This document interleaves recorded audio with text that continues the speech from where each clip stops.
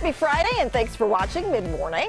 There are plenty of people trying to scam you into buying some fake products online. Every year, Scam Advisor looks into the willingness of consumers to buy those fake products. And when it comes to fakes, you have a lot of different things going on. Sometimes you have the straight-up scammer, but sometimes you have people who are purposely buying, like the fake Rolex, the fake Gucci bag, whatever the case may be. And so it's sort of interesting to get into the psychology of that. Absolutely. And when you look at the numbers, a lot of what people say that they can't really identify as fakes, like 65% involves clothing, accessories, electronics, medicine, and toys. About 40% say they've had trouble with fake medicine and toys. So they can't identify. Those 40% say, like, and you wouldn't be able to, right? Like, if you bought, which, again, like, please don't buy drugs from anywhere other than a pharmacy. Right. But if you were so inclined, you wouldn't know the difference between a fake pill and a real pill, right? No, and most you people wouldn't. Yeah, and I remember when I was growing up and I worked at my high school job, we had to check that kind of stuff all the time with the little pin. You had the little pin, and you had to see if it was counterfeit or not. But the average person wouldn't carry that around. Money? Fake money you're talking about? Yeah. So they're looking at all these different things, like people buy fake clothes, the fake brand name clothes, electronics for sure. Like I see ads all the time for like Apple AirPods for like $12, and you think like, I don't think so. Sounds a little unrealistic. That sounds unrealistic. But 57% in this survey said they have bought a fake product in the past. A third thought they were ordering the real thing. Yeah. And so they were scammed.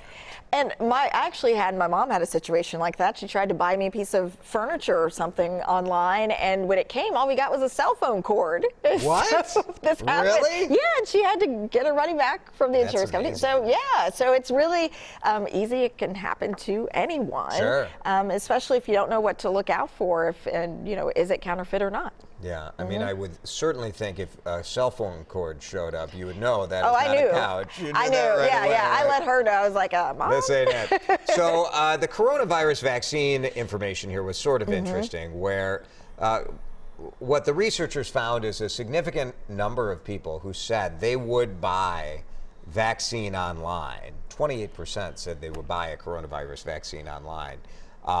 And this is a survey around the world, so you have to bear that in mind, people in different countries. But that is, obviously dangerous when you're buying something like that from a source that you don't know. The likelihood of ending up with something that is a fake is got to be high. Right? Absolutely, and that's certainly scary when you think about it, just the risk associated with that. Have you ever bought a fake, purse, or kind of the stuff you see like on the street in New York City? Yeah, I feel like a fake watch. Like where you're just shopping around. I think I have before, like traveling, but and then when you try to look online to authenticate something, when I wanted to buy a gift before online, and I was like, I don't know exactly what I'm looking at, so then I ended up going with a different gift because I didn't know all the specifics for what you needed for the real thing. I was fishy when Shayla gave me that Rolex watch. And it was with a K and not an X. You knew something was up. I don't think so. All right, Dad's good news. Cancel your workout, because new survey says that both men and women love the Dad-Bod. That's what they say. A new Planet Fitness study found 72% of women and 68% of men accept the, quote, Dad-Bod. Okay. Jason, some resistance to that, eh? Well, I just have many, many questions, Mike, as I'm sure you do. But the main issue here, and we've heard this conversation for how many years, where people, where there is this idea that some women prefer a little bit of doughiness because it's perhaps less intimidating than like the fully muscular. Just the way you say it, doughiness. Doughiness. Makes me think of donuts. Stuck on that too. Little Pillsbury Doughboy. Like, that's what. Cushion. I believe we have to start with the definition. What, Mike, would you define as a Dad-Bod? I think it varies depending on the target audience, to be honest with you. I will say that pretty much anything anything more than like half a burrito for lunch in the gay culture, of which I am a part, would be considered a dad bod. The standards are ridiculously high. It's a little bloat. Yeah. You have a dad bod now. I for sure have a dad bod. Which is preposterous. Yeah. That is no dad bod. No. Shayla, Yeah. do you think women really find a dad bod attractive? I think it varies depending on the person, and That's a no. That feels like a no. But Jason, Pinning you down on this is impossible. it is, because I feel like I'm like a work in progress too. We all are.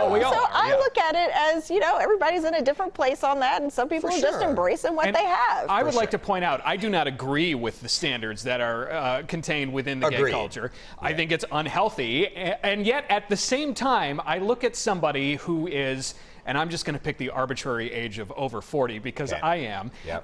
And if somebody over the age of 40 has like ripped abs and 0% body fat, I think to myself, that person's priorities are messed up. Right. Too much time in the the gym. time to do that at that age.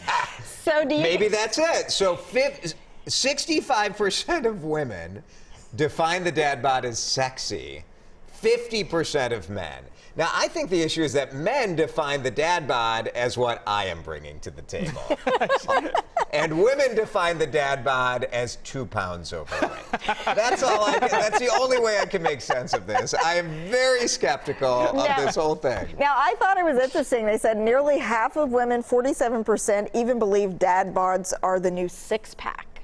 Yeah, Okay, that's ridiculous. They're not. They're not. It's They're a not, different and it's thing. fine. It's Yeah. fine. Like, right? I think we're all on the same page here, where we're saying people are in different spots. Yes. We definitely are in a more positive place of like being acceptable, Yeah. accepting of all shapes and sizes. Yeah, more of a push for body positivity and that sort of thing, and you kind of find more people trying to accept where they are. Right, and that's, Shayla, you make that's the point I was going to follow up with. I think the hardest person to convince that what we look like is okay is ourselves in many 100%. cases. So if the idea of a dad bod out there helps anybody feel a little better, then great. It's wonderful. Just know everyone's lying about this topic.